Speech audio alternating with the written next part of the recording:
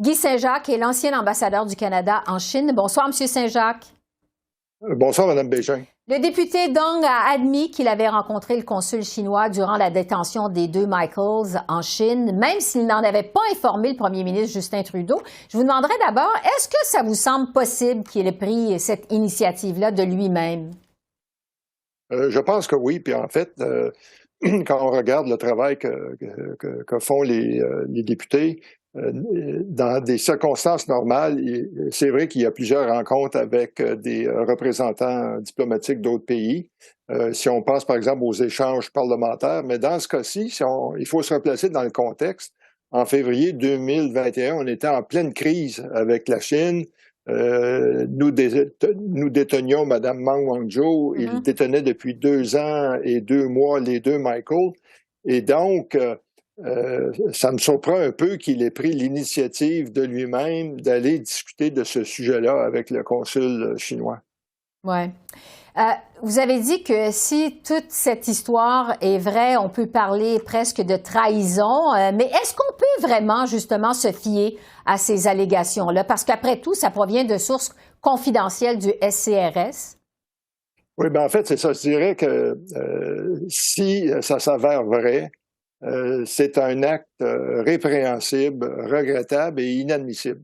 Je ne sais pas si ça va jusqu'à la trahison, parce que là, la trahison, vraiment, il y a un seuil légal là, précis à franchir. Mais ceci étant dit, ça soulève aussi une question de loyauté. Là, où est sa loyauté? Puis c'est un cas qui impliquait 2 Canadiens qui étaient détenus dans des circonstances très misérables.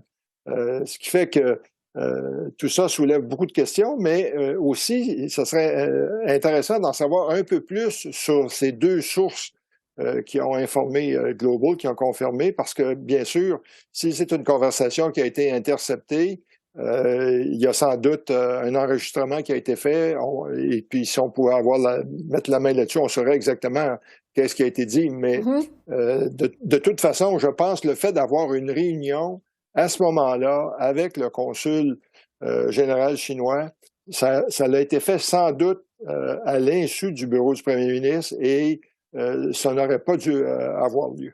Oui, parce que si ces allégations-là sont fausses, est-ce qu'on ne vient pas finalement de détruire la carrière politique de Han Dong? On peut se poser la question. Bien, je pense, c'est ça, que si déjà là, sa carrière est très affectée, puis je pense que sa réputation est entachée, mais il faut dire aussi que ça s'ajoute à d'autres allégations qu'on avait entendues au sujet de M. Han Dong, entre autres la façon dont son assemblée d'investiture avait eu lieu, où le consulat chinois de Toronto avait envoyé des étudiants chinois là, ils avaient analysé des autobus, puis pour participer au vote, il suffisait simplement de dire qu'on résidait dans la circonscription de M. Han Dong. Il y a eu un autre rapport aussi qui a dit que lors du vote à la Chambre des communes sur la question du génocide au Xinjiang, il s'était absenté.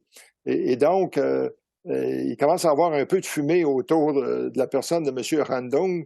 Puis, en fait, ce qui se passe dans tout ça, et si j'étais M. Trudeau, je serais un peu inquiet, c'est que il semble bien que il y a une guérilla qui est en cours entre les services de sécurité canadiens et le bureau du premier ministre, parce que d'après des contacts que j'ai eus avec des gens à Ottawa, j'ai appris qu'il y avait beaucoup d'insatisfaction devant le peu d'actions qui avaient été prises par le gouvernement suite aux nombreux rapports sur de l'ingérence chinoise lors des élections de 2019, mais aussi des élections de 2021. Oui. L'autre chose qui est nébuleuse aussi dans l'affaire Han Dong, c'est comment vous expliquez, vous, cette affirmation dans le reportage de Global, selon laquelle M. Dong aurait conseillé à la Chine de retenir les prisonniers, les 2 Michael, pour pas aider les conservateurs. Quelle logique, vous voyez derrière ça?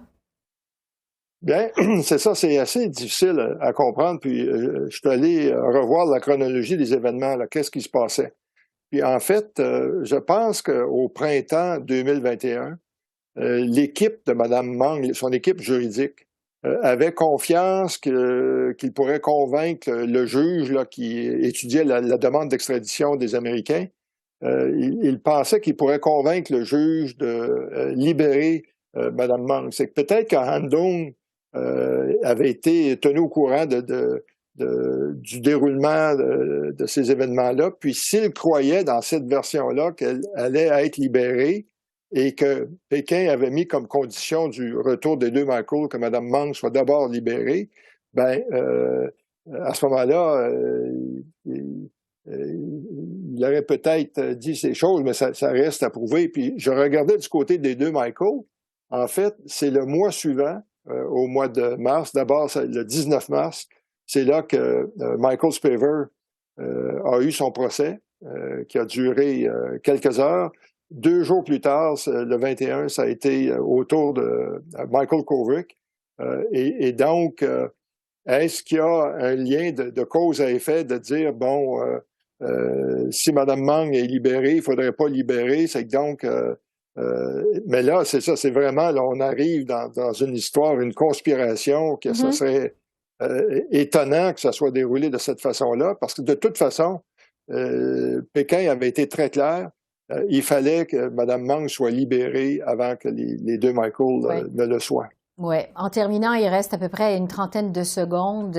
Évidemment, avec ces derniers développements, là, ce qu'on apprend aujourd'hui, ça fait beaucoup de bruit, toute cette affaire. Est-ce que vous pensez que le premier ministre va changer son fusil d'épaule et finalement annonce une enquête publique immédiate sur l'ingérence étrangère? Est-ce que le moment est venu, selon vous?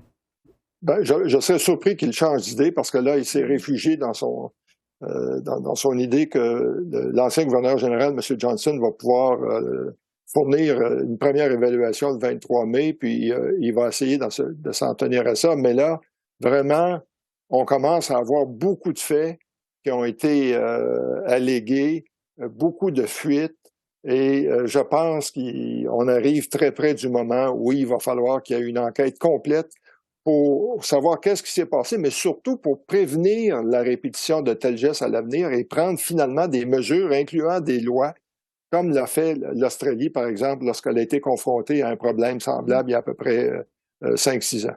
Guy Saint-Jacques, merci beaucoup. Merci. Merci. Au revoir.